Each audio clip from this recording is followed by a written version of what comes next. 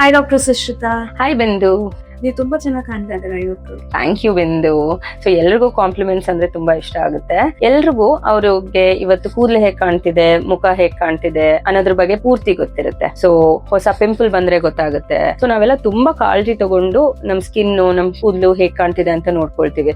But ಅದೇ ತರ ಎಲ್ರಿಗೂ ಅವ್ರ ಬ್ರೆಸ್ಟ್ ಹೆಲ್ತ್ ಬಗ್ಗೆನೂ ಕಾಳಜಿ ಇರ್ಬೇಕು. ಸೊ ಇದಕ್ಕೆ ಹೇಗ್ ಮಾಡಕ್ ಸಾಧ್ಯ ಅಂದ್ರೆ ಸೆಲ್ಫ್ ಬ್ರೆಸ್ಟ್ ಎಕ್ಸಾಮಿನೇಷನ್ ಅಂತೀವಿ.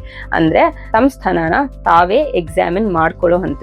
ಯಾಕೆ ಅಂತ ಕೇಳಿದ್ರೆ ನಮಗೆ ನಮ್ಮ ನಾರ್ಮಲ್ ಏನು ಅಂತ ಗೊತ್ತಾದಾಗ ಮಾತ್ರ ಅಬ್ನಾರ್ಮಲ್ ಅನ್ನೋದನ್ನ ನಾವು ಕಂಡುಹಿಡಿಯೋದಕ್ಕೆ ಸಾಧ್ಯ. ಇವಾಗ ನಮ್ಗೆ ಹೇಗೆ ನಮ್ಮ ಮುಖ ಹೇಗ್ ಕಾಣುತ್ತೆ ಅಂತ ಗೊತ್ತಿರುತ್ತೆ, ಹಾಗೆ ನಮ್ಗೆ ನಮ್ ಬ್ರೆಸ್ಟ್ ಹೆಲ್ತ್ ಬಗ್ಗೆನು ಸ್ವಲ್ಪ ತಿಳುವಳಿಕೆನಾದ್ರೂ ಇರ್ಬೇಕು. ಈ ಬ್ರೆಸ್ಟ್ ಎಕ್ಸಾಮಿನೇಷನ್ ನ ಪ್ರತಿ ತಿಂಗಳು ಮಾಡೋದು ಕಡ್ಡಾಯ. 20 ವಯಸ್ಸಿನಿಂದ ಶುರು ಮಾಡೋದ್ ಅಂತ ಇದು 40 ಮತ್ತೆ 60 ವಯಸ್ಸು ಆಗ್ತಾ ಇದ್ದಂಗೂ ಕಂಟಿನ್ಯೂ ಆಗ್ತಾನೆ ಇರ್ಬೇಕು. Thank you.